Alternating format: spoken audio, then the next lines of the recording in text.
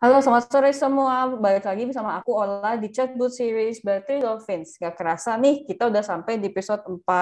Di awal kita udah ngomongin tentang tahapan-tahapan membuat chatbot. Kemudian kita membahas tentang implementasi chatbot di bisnis.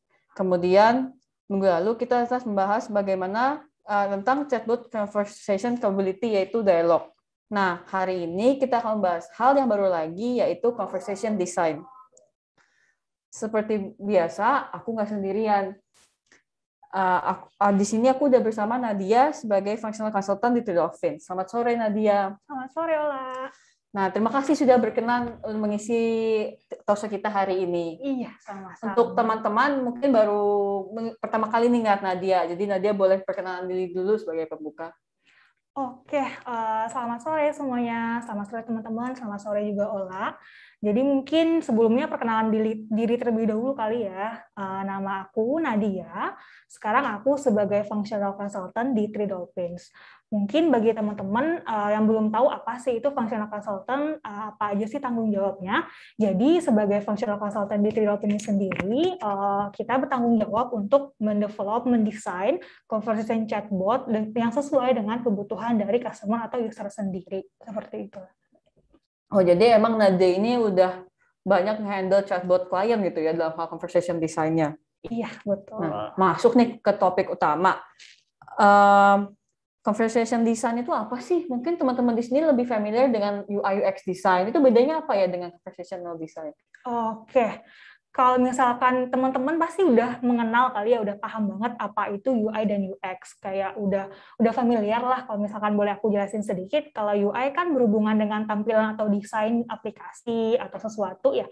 Kalau UX itu lebih ke kepuasan penggunaan pengguna terhadap suatu aplikasi. Nah, sedangkan apa itu chatbot conversation, chatbot design kayak gitu. Jadi adalah kita mendesain sebuah teks based on human conversation. Jadi kita mendesain sebuah percakapan di mana percakapan itu kita inputkan sebuah ekspresi, sebuah emosi di mana ketika customer atau user itu berinteraksi dengan chatbot kita, dia nggak ngerasa berinteraksi dengan bot nih, dengan robot. Jadi lebih asik lah kayak gitu, lebih kayak berinteraksi dengan manusia kayak gitulah. Kalau definisi dari conversation design chatbot. Oh, jadi conversation design itu juga membuat experience lebih baik ya kepada users ya. Jadi nggak bosan kalau chatting dengan chatbotnya itu. Oh, untuk dalam conversation design itu apa sih hal-hal yang penting untuk diperhatikan? Oke, kalau kita ngomongin hal yang penting untuk diperhatikan nih, jadi sebelum kita mulai untuk membuat conversation design, kita pertama pasti harus tahu dulu dong tujuan bot kita ini kita bikin untuk hal apa. Kayak kita mau bikin sesuatu, kita harus tahu dulu kan tujuan kita ini untuk apa sih. Nggak mungkin kita mau bikin sesuatu tapi kita bingung. Kayak selanjutnya akan menjadi langkah apa, kita nggak tahu kan. Sebelumnya kita define dulu purpose bot kita ini untuk apa. Nah, setelah kita tahu tujuan kita ini akan seperti apa, chatbot kita ini juga kita bisa gunakan untuk membantu meningkatkan branding dari bisnis kita sendiri lah. Jadi kayak semisal chatbot kita ini tuh menggambarkan seseorang yang atraktif, menarik botnya kita, otomatis brand kita sedikit lebih dikenal kayak gitulah sama customer kita. Jadi tidak hanya untuk membantu pelayanan lebih cepat, karena kan memang chatbot itu lebih cepat dalam membalas suatu hal, dia juga membantu untuk meningkatkan brand kita lebih dikenal oleh customer kita. Oh, jadi chatbot itu jadi brand image juga, jadi brand awareness juga ya. Kalau membuat chatbot yang bagus, berarti brandnya juga lebih baik juga ya, gitu ya.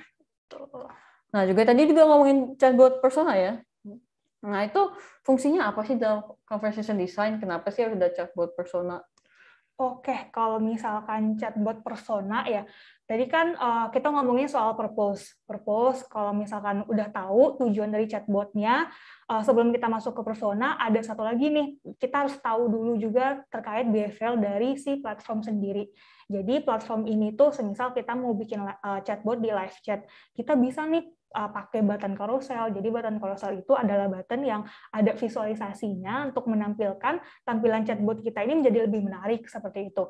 Nah, kalau kita masuk ke persona itu adalah istilahnya kita kepribadian dari chatbot. Kita membuat chatbot ini tuh mempunyai kepribadian yang bisa mempercantik lagi chatbot kita ini. Jadi meningkatkan interaksi antara chatbot kita dengan juga customer kita kayak gitu. Nah terus dalam chatbot persona itu ada nggak sih hal-hal yang harus diperhatikan juga dari sebagai conversation designer gitu? Ada banget Mila. Kalau misalkan kita mau bikin persona nih, kita harus tahu dulu dari user kita ini seperti apa. Jadi contoh user persona kita ini tuh memang anak muda, berarti chatbot kita bisa asumsikan kita bikin personanya yang mengikuti dari target market kita kayak gitu kan. Nah hal-hal yang perlu diperhatikan dalam membuat persona itu ada beberapa nih. Contoh kita perlu nama bot, kita perlu juga profile picture bot kita, lalu kita juga butuh gender sama ada personality. Itu penting banget kita define dulu personality chatbot kita ini di awal akan seperti apa, sehingga ketika dia nanti membalas customer ataupun menjawab pertanyaan dari customer nih akan lebih menarik kayak gitu. Jadi kesannya nggak robotik gitu loh. Kenapa ya kita harus define aspek ini untuk chatbot di awal? Oke, mungkin aku coba jelasin ya. Kalau misalkan, jadi ada 4 aspek nih yang tadi sudah aku mention. Ada nama, ada profile picture, ada image, sama ada personality. Kita mungkin coba jabarin satu-satu kali ya. Kalau nama, contoh lah, misal kalau aku mau perkenalkan diri, pasti aku sebut namaku dulu dong. Nggak mungkin aku tiba-tiba langsung ngomong aja nyerocos, ada nggak mungkin kan. Nah, begitu pula dengan chatbot. Jadi kita harus bikin nama chatbot terlebih dahulu kayak gitu. Lalu pertanyaannya, nama chatbot yang baik tuh gimana sih? Kayak gitu kan. Sebenarnya semua nama chatbot itu bisa digunakan. Ada beberapa perusahaan yang memang ngasih embel .bot kayak gitu di balik nama bot chatbotnya itu nggak apa-apa, itu bisa. Atau ada juga nih yang memang mencari nama yang berhubungan dengan perusahaannya. Contoh ada singkatan dari nama perusahaan dan lain sebagainya. Atau ada yang memang ngambil nama manusia kayak gitu. Itu juga nggak apa-apa, itu semua hal itu dibenarkan dalam pemilihan nama chatbot. Tapi sebisa mungkin nama chatbot ini itu kita sesuaikan dengan brand image dari bisnis kita sendiri. Jadi istilahnya sejajarlah dari nama chatbot kita akan dikenal seperti apa dengan brand image dari bisnis kita ini dikenal seperti apa juga kayak gitu. Lalu selanjutnya ada profile picture. Profile picture ini tuh harus kita define dulu nih lah. Kalau misalkan kita taruh contoh, kita mau coba chat seseorang nih, kalau seseorang itu nggak ada profile picture, nah kosong doang, hitam gitu ya, doang, putih doang gitu kan, kayak kita bingung ya, ini kita ngomong sama siapa sih, sama apa gitu kan nggak tahu. Nah begitupun dengan chatbot. Jadi kita bikin dulu lah, kita visualisasikan chatbot kita bisa dalam bentuk profile picture, bisa macam-macam. Ada yang menggunakan image dari perusahaannya ataupun logo dari perusahaannya, itu ada, boleh. Ada juga yang memang membuat visual sendiri, ada animasi sendiri, itu juga makin bagus banget kalau misalkan bisa.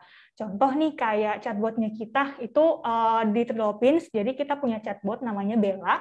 Dan kalau misalkan teman-teman mau tahu tampilan visual dari Bella itu, teman-teman bisa akses di websitenya kita, bisa cobain juga berinteraksi dengan chatbotnya kita. Di situ kita bisa lihat kalau image Bella itu adalah perempuan yang memang sifatnya cantik, rambutnya pendek, dan lain sebagainya, itu memang kita sesuaikan dengan brand dari perusahaan kita sendiri, Trilopins, kayak gitu.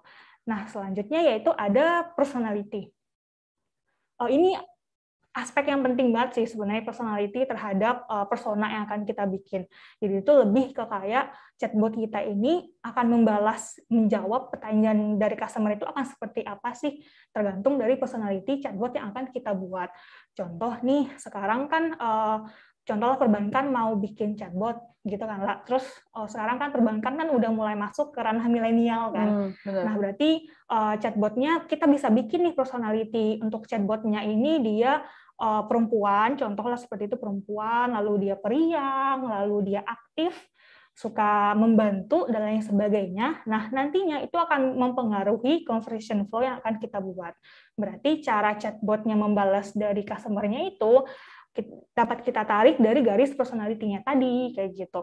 Atau contoh kalau misalkan kita mau bikin chatbot buat pemerintahan yang mungkin agak formal kayak gitu kan, berarti personality dari persona chatbotnya ini tuh lebih ke wanita elegan, misal kayak gitu kan, terus ramah, suka membantu. Nah, nantinya cara dia menjawab pertanyaan dari customer itu balik lagi dari personanya kita tadi kayak gitu. Oh, jadi dengan ada chatbot ini membantu memudahkan chatbot di sana untuk memanusiakan chatbotnya gitu ya. Benar banget. Jadi ada guideline-nya gitu ya, ntar kalimatnya harus seperti apa, tone of voice harus seperti apa, itu karena chatbot personanya gitu kan. Betul. Jadi di sini berarti bilangnya chatbot persona ini dibikin di awal ya. Jadi kayak pas ada planning untuk bikin chatbot, kepikiran dulu nih yang kita pikirkan pertama adalah chatbot personanya mau kayak gimana sih. Nah, semisal nih, ada bisnis yang mau bikin chatbot nih, ada bisnis tuh pelayanan untuk customer service saya gitu. Tapi saya masih bingung nih, personanya mau kayak gimana, itu bisa dibantu nggak ya dari Dolphin sendiri gitu? Oh, bisa banget, bisa. Jadi, di awal kalau misalkan kita sudah tahu nih purpose kita mau bikin chatbotnya kita seperti apa, lalu kita bingung nih personanya, itu dari Dolphins akan ada memberikan konsultasi, jadi kita bisa coba brainstorming bareng untuk penentuan personanya seperti apa. Tentunya itu juga dilihat dari user personanya bisnis itu sendiri. Jadi target marketnya seperti apa, lalu brand image-nya seperti apa, kita sesuaikan personanya dengan hal tersebut kayak gitu.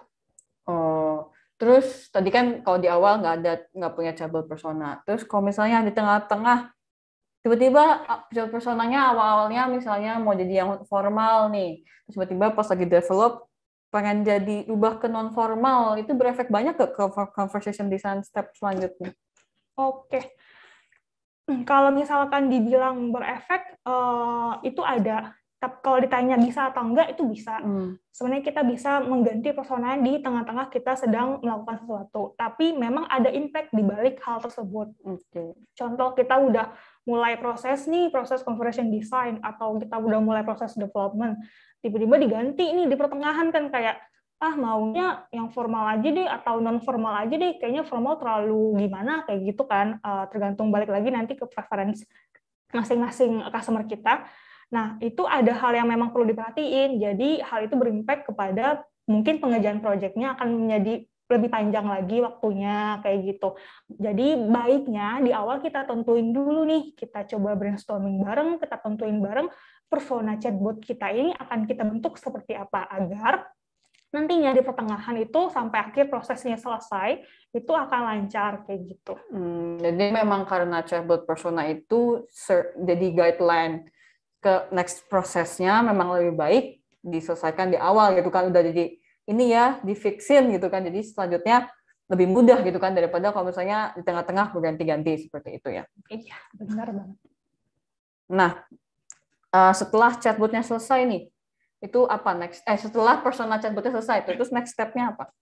Oke, kalau tadi kita udah ngomongin purpose bot, lalu ada behavioral dari platformnya seperti apa, lalu kita ngomongin persona. Setelah itu kita masuk ke conversion flow-nya lah. Jadi kita bikin user flow dari apa yang akan kita buat kayak gitu. Nah, kalau misalkan kita udah masuk ke percakapan, biasanya kan kita ada salam pembuka kayak gitu kan biasanya. Nah, chatbot juga kayak gitu. Jadi lebih baik kita bikin salam pembuka di awal buat customer kita. Misal dia mengakses chatbot, kita langsung ngasih halo, selamat datang di chatbot kami kayak gitu. Itu akan lebih baik lagi experience bagi si usernya kita kayak gitu. Nah, kalau misalkan bicara salam pembuka, tentu ada salam penutup dong. Nah, kayak gitu juga kita di akhir conversation antara chatbot dan juga customer itu kita kasih nih wording di akhir kalau memang sudah selesai percakapan kita, bisa dalam bentuk terima kasih telah menghubungi kami. Nanti kalau misalkan ada hal yang ingin ditanyakan, boleh tanyakan kembali ya. Atau misal lebih santainya, makasih Kak udah menghubungi chatbot kami. Kalau ada yang mau ditanyain, silahkan langsung ini aja ya, kayak gitu. Kayak kita sesuaikan lagi lah kalau untuk wording based on persona yang kita buat, kayak gitu. Oh, berarti di step itu emang mendesain percakapannya agar semulus mungkin gitu ya, agar nyaman usersnya. Agar nyaman, intinya user experience-nya. Kayak gitu. Oke. Nah, terus berarti di conversation flow ini tuh di mana conversation capability-nya kayak FAQ, dialog yang habis kita bahas minggu lalu itu diimplementasikan ya? Itu implementasinya kayak gimana? Oh iya, bener banget Pak. Kalau misalkan dari teman-teman udah nonton yang kemarin ya, yang kemarin talkshow yang kemarin itu terkait dialog dan lain-lain, memang akan diimplementasikan di step ini. Jadi mungkin sedikit pengingat aja, kalau misalkan FAQ itu lebih ke simple single answer question, jadi sifatnya itu lebih ke statis. Biasanya kalau yang bentuk FAQ, contoh kalau misalkan kita tanya ke botnya halo, berarti botnya akan jawab halo juga. Atau informasinya sifatnya nggak berubah-berubah nih, teman-teman. Misal kayak yang akan dimasukin di FAQ itu contohnya alamat. Biasanya kan kalau alamat suatu kantor kan jarang ya berubahnya, jarang ya. Itu kita bisa masukin nih di FAQ kayak gitu. Contoh kalau misalkan ditanya alamat perusahaan Three Dolphins di mana ya, alamat InMotion di mana ya. Nah, itu akan dihandle oleh FAQ-nya kita. Nah, satu lagi itu yang dibahas baru aja minggu kemarin, itu adalah dialog. Nah, dialog itu jadi kita berhubungan juga nih dengan conversation flow yang akan kita bahas. Kalau misalkan kita bikin user flow, kalau dari sisi conversion design, sebisa mungkin kita tidak membuat flow itu terlalu panjang. Untuk apa? Biar nantinya user itu tidak merasa jenuh mengikuti flow yang panjang banget kayak gitu. Kok aku nggak nyampe ya ke tujuan yang aku cari kayak gitu kan. Jadi sebisa mungkin jangan terlalu panjang. Tapi balik lagi itu tergantung dari seninya kita mendesain suatu conversion design itu akan seperti apa kayak gitu, balik lagi ke preference dari masing-masing customer kita sendiri. Tapi kalau misalkan ditanya best practice-nya, biasanya kan kalau kita mendesain aplikasi 2 atau 3 kali klik kita udah sampai kan ke tujuannya. Begitupun dengan chatbot, jadi kayak 2 kali atau 3 kali conversation dengan botnya membalas, itu customer udah mendapatkan jawaban yang mereka inginkan kayak gitu. Jadi sebagai conversation designer itu memikirkan kenyamanannya pelanggan dan juga kebutuhannya bisnis sih, purpose chatbotnya harus juga tercapai gitu ya. Dan pelanggan maunya nggak mau panjang panjang, mau 2 kali 3 klik juga selesai gitu ya, apa yang dia mau gitu ya.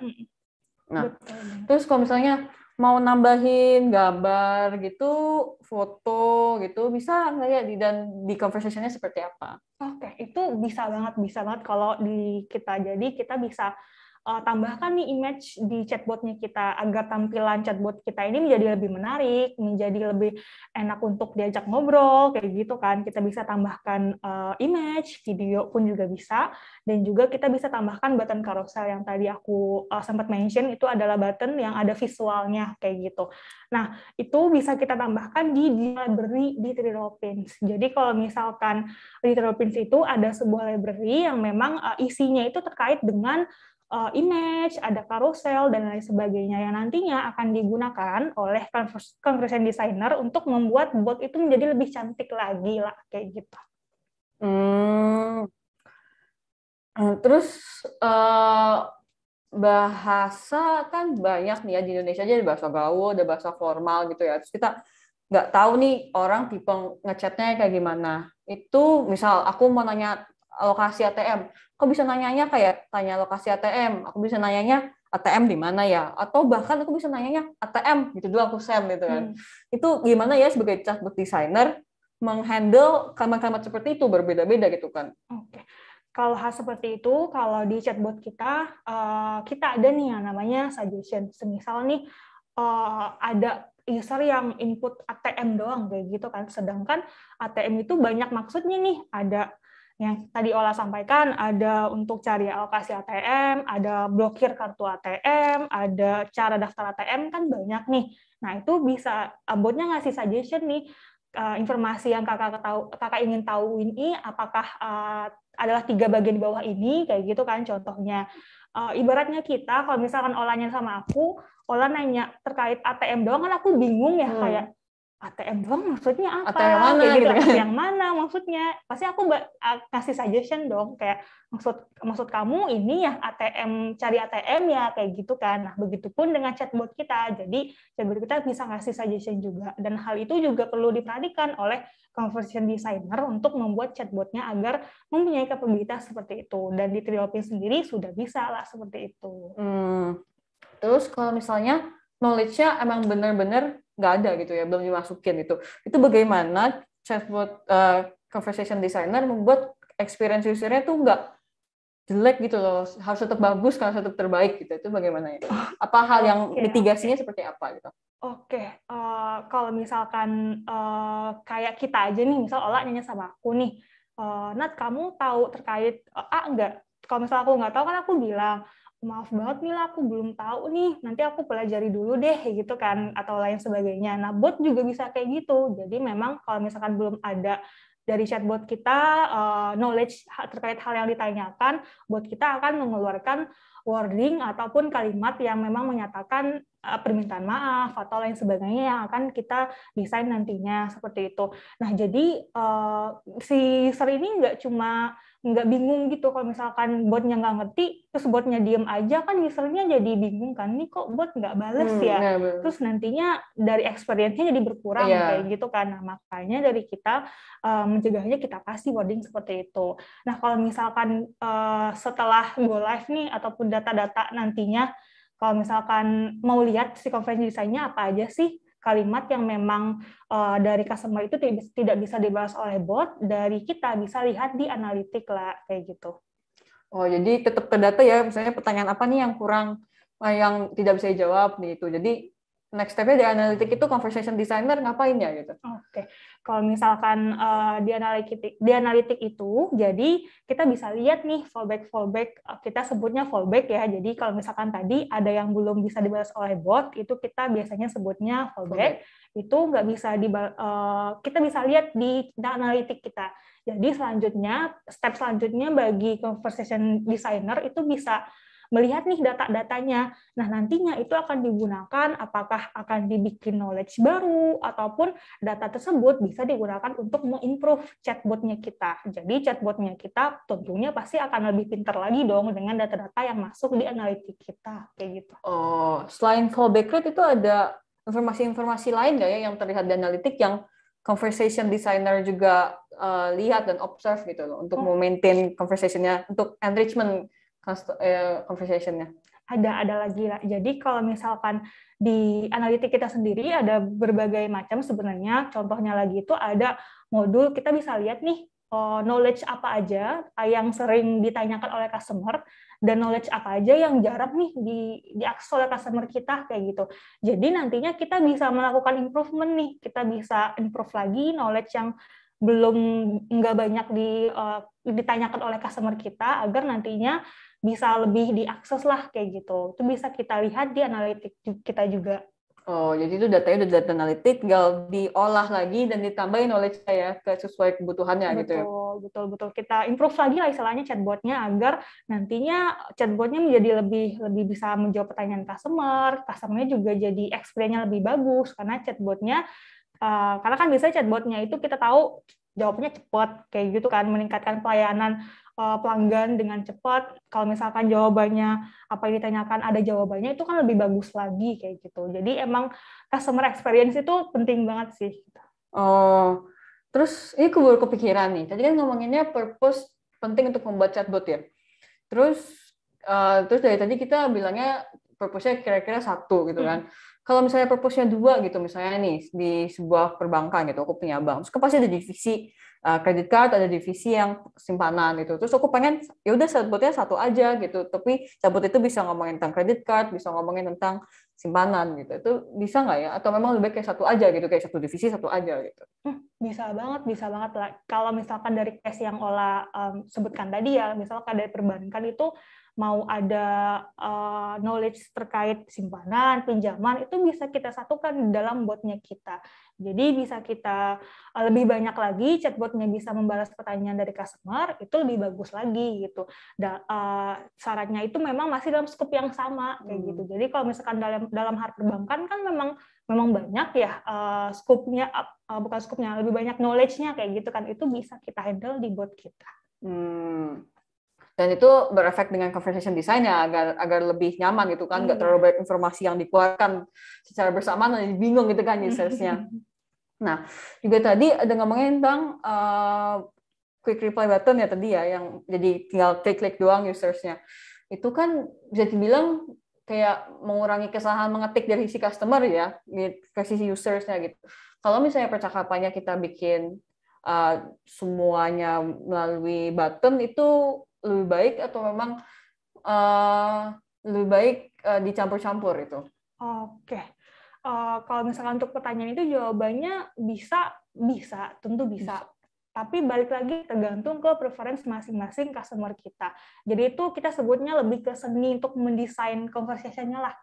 Ada yang memang sukanya menggunakan quick replay, jadi kayak merasa usernya di-guide semua sampai akhir tujuan dari informasi yang akan dicari. Ada yang memang maunya itu free text aja, jadi free text itu kayak ya kita ketik apa yang kita mau tanyakan, lalu botnya akan menampilkan jawaban yang sesuai dengan apa yang kita tanyakan.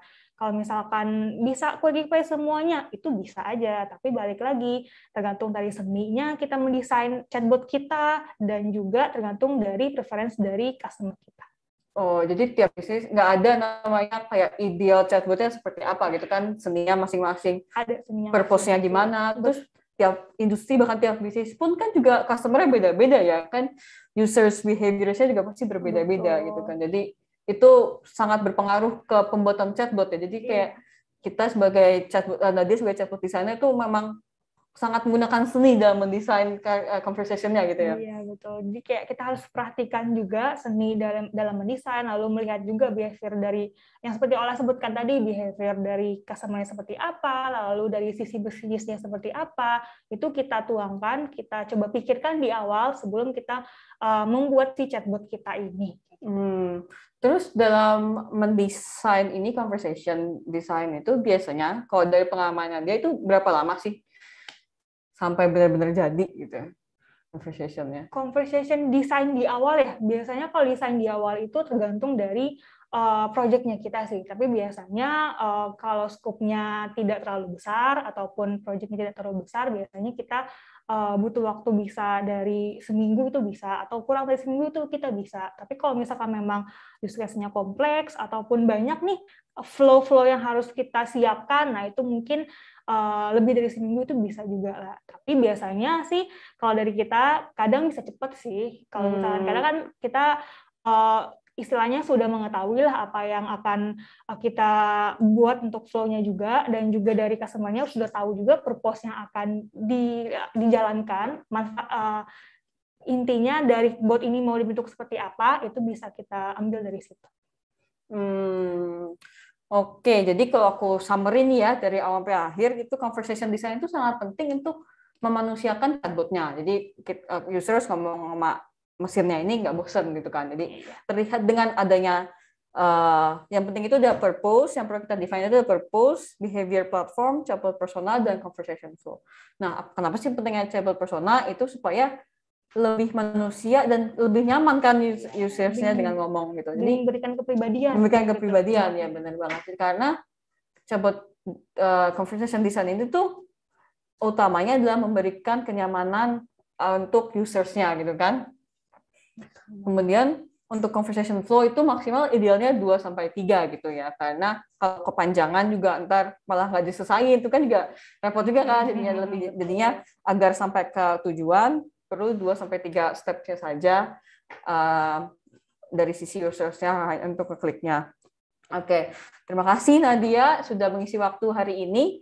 Nah, untuk mungkin para audiens yang bisnis mau bikin chatbot ini, ada pesan nggak dari sisi desainer? So, mungkin apa yang dipersiapkan dan apa sih untuk yang baru-baru mungkin masih takut bikin chatbot itu bagaimana? Oke, mungkin yang pertama kali yang harus banget kita ketahui itu adalah purpose dari bot kita sendiri sih. Jadi sebelum kita mau bikin chatbot, kita harus tahu dulu nih chatbot kita ini akan kita gunakan untuk apa. Tujuannya itu apa, itu adalah hal yang paling terpenting. Kalau kita ngomongin terkait persona, terkait behavioral platform dan lain sebagainya yang tadi, itu kita bisa diskusikan lebih lanjut setelah kita tahu purpose chatbot kita ini itu apa. Oh, jadi karena ini ada Nadia seorang konsultan, jadi harus jadi bisnis bisa berkonsultasi nih. Jadi kalau para teman-teman yang masih bingung, chatbotnya personanya harusnya kayak gimana ya, itu kayak behavior platformnya kayak gimana ya bagusnya gitu. Yang mana ya platformnya yang bagus itu bisa dikonsultasikan dulu nih sama Nadia. Jadi Nadia bantu suggest yang baiknya tuh chatbotnya kayak gimana, kalimatnya seperti apa. Jadi kayak nggak perlu takut membuat chatbot, tidak sesulit itu bisa dibilang gitu ya. Tidak sesulit dan seserem itu. Mungkin orang kayak serem chatbot, serem IT gitu kan. Jadi kayak orang-orang bisnis itu kayak takut gitu kan. Jadi kayak itu sangat menyenangkan saya bilang seperti itu. Oke. Terima kasih Nadia sudah berkenan membagikan informasi-informasi di sore ini. Terima kasih juga untuk para teman-teman yang udah meluangkan waktu. Kita masih banyak event yang lebih seru lagi dan lebih informatif lagi. Jadi jangan lupa follow sosial media kita di Instagram, LinkedIn, dan YouTube @3Dolphins untuk update terbaru. Terima kasih. Dadah. Terima kasih.